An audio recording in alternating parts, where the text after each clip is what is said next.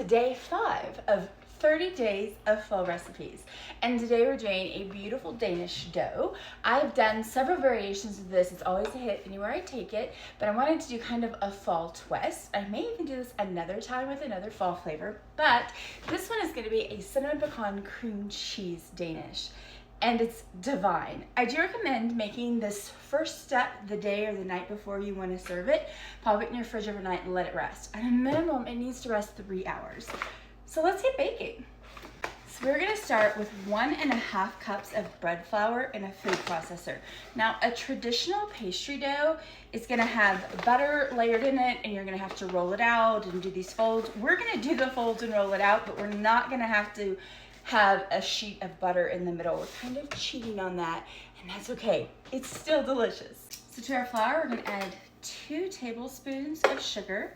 This recipe is adapted from a New York Times recipe. They say use 2 teaspoons of yeast. I've been using a whole package, and it works great. And I'm actually at a higher elevation where you should use less, so I figure we're fine. And you're gonna do 3/4 of a teaspoon of salt, 14 tablespoons of very cold butter that's been cubed up. I actually put my butter into the freezer before I cube it. And we're just gonna process this up. You just want your butter to kind of break up into small pieces. And then we're going to add 1 egg and 1/4 cup of milk. Give it a few more, I think as Rachel Ray would say, zhuzhes. It's not gonna come together. And you don't really want it to. You want it to stay this crumbly mess. And then you just grab a piece of saran wrap, dump it on it. Now, this step is where it now has to rest for at least 3 hours. I always do this the night before and then mess with it the day I actually serve it. And we're just gonna get this into a square, rectangle of whatever. Use the saran to kind of press it together. And it goes in the fridge overnight or for 3 hours, just like this. So my Danish dough rested overnight, and now I'm gonna roll it out for the first time. I'll then chill it again, and then I probably won't record the second time so it'll look exactly like the first time, and do the exact same thing a second time. So to make it a little easier on me, I took a piece of parchment paper and I folded it into a 15x8. That way I'm not wondering like what size. That's the size you want to roll it into. 15x8, so lightly floured surface, and just from the center mostly. And you just keep rolling until it's 15x8. So this is going to be the first fold that you do. You want to fold it kind of like an envelope, a letter that would go in an envelope. So 1/3 down and 1/3 up. And you want to make sure that you're always doing this the exact same way and turning it the same way. So I always turn mine clockwise. A little more flour, and you're gonna roll it out again. Same thing to a 15x8. All right, so it's 15x8 again, same thing. Fold the top down, fold the bottom up, rotate it clockwise. Just one turn, and we're gonna do it again.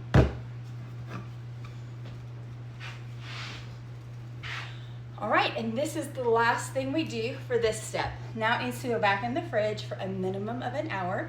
I'm gonna do the same thing. Fold the top down, fold the bottom up.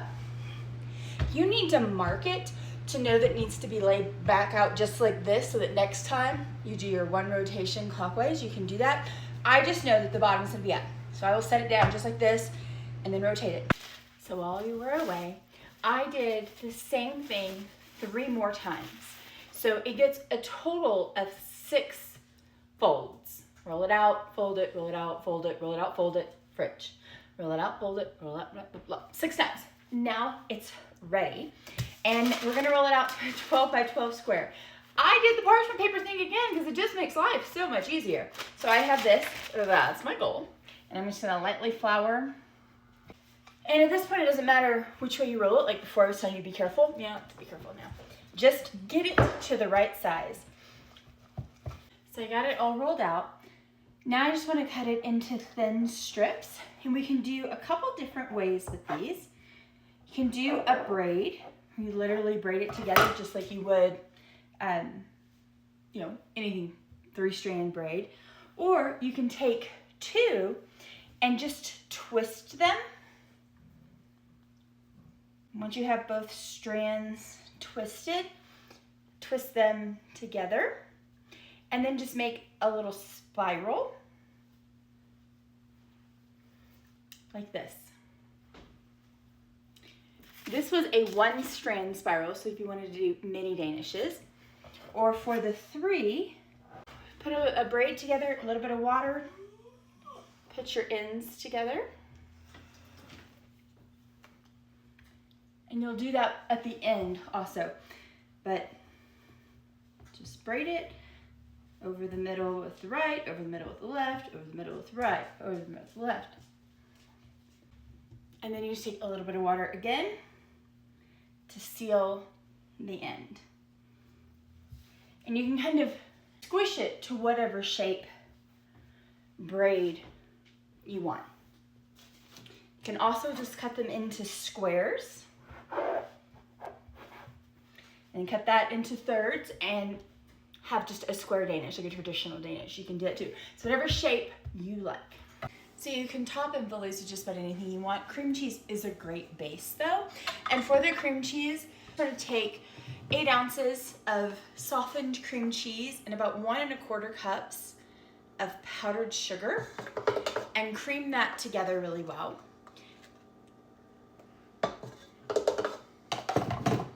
Those 2 cream together, you just want to drop in